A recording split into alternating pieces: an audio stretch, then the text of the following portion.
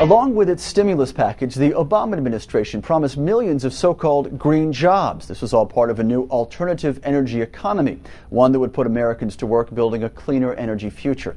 This morning, Clean Sky's Dan Goldstein looks at one state's experience with the new economy and whether the green manufacturing jobs of today will in fact be here tomorrow. Here in Maryland's Baltimore suburbs, manufacturing jobs are coming back. These are the motors that we will be building here in Baltimore. They are currently built down in Mexico by a supplier, but GM has made the decision that they're going to bring that technology back here to the U.S. The plant's expansion, with help from Uncle Sam, is bringing 200 green jobs to Maryland, which has seen unemployment reach a 20-year high of nearly 8%. This plant, which makes transmissions for SUVs, will start making electric motors in 2013. GM is putting in $244 million. And Johnny Batts, who works on the assembly line, is ready for more shifts. It's good for me, the community, and everybody else. Jessica Jeffrey, a recent engineering graduate from Montana Tech, already has one of those new jobs, keeping the plant clean and green. All of our used oil at this facility is recycled. It goes to a local recycler here in Baltimore County where it gets reused, reblended for fuels. But getting this plant off the ground took more than $100 million in state and federal funds. Bill Tiger, who manages White Marsh, worries whether green manufacturing jobs can stay in the U.S. once technology matures and is easily available elsewhere at a lower cost. He says keeping the engineering know-how in the U.S. means keeping the jobs here, too. Motors in general are a commodity product, just like you can buy gasoline, you can buy lawnmower engines from all over the place. The demands, though, in the automotive industry are extremely challenging, and General Motors sees this as a strategic product that we got to know how to design and build. And just 60 miles from the plant in White Marsh, Maryland, is this one in Frederick County.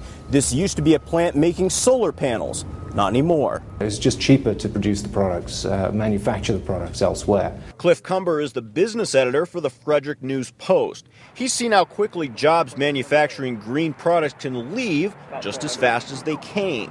In 2006, BP Solar of Frederick announced a $70 million expansion of its solar manufacturing plant. Less than 4 years later, prices for the panels plunged and the expansion stopped. Producing panels in the U.S. became unprofitable. Maryland lawmakers got $11 million in stimulus funds to keep the BP plant open, but the company said it wasn't enough and shut its factory doors earlier this year. More than 300 manufacturing jobs were lost. So what they'll be doing here is they'll still have their sales and marketing arms here in North America, but they move the production elsewhere. When it comes to whether a factory stays or goes, one of the biggest factors is the price of power. This is what's left of East Alco Aluminum, a company that employed more than 1,500 workers in Frederick County, but closed in 2005. The reason? Aluminum takes an enormous amount of electricity in order to be able to smelt aluminum. And in this case, you find that about 60% of East Alco's costs were electricity-based. East Alco managed to negotiate a preferential contract with Allegheny Energy. The issue was, though, that with deregulation, when that contract came to an end, it increased East Alco's electricity bill by $72 million a year. It was clearly unfeasible for the plant to keep operating. What happened with BP Solar in East Alco is a sore spot for Maryland Governor Martin O'Malley, who's running for re-election this year and is touting his state's lead in going green. We can get manufacturing, but it has to be of the next generation. We have to constantly be innovative and be leaders and looking to the next generation, because things that have big labor costs are going to roll downhill and go to other countries that have lower labor costs. While U.S. electricity prices are lower than many other countries around the world, that could change.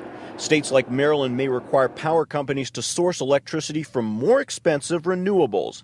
Cumber says that could create a huge ripple effect. Is that the more regulations and requirements that you put on the electricity manufacturers, the more costly you make it for them to do business, then the more costly you make it for large manufacturers to do business. Back at White Marsh, Bill Tiger is determined that what happened at BP Solar in East Alco doesn't happen to his plant.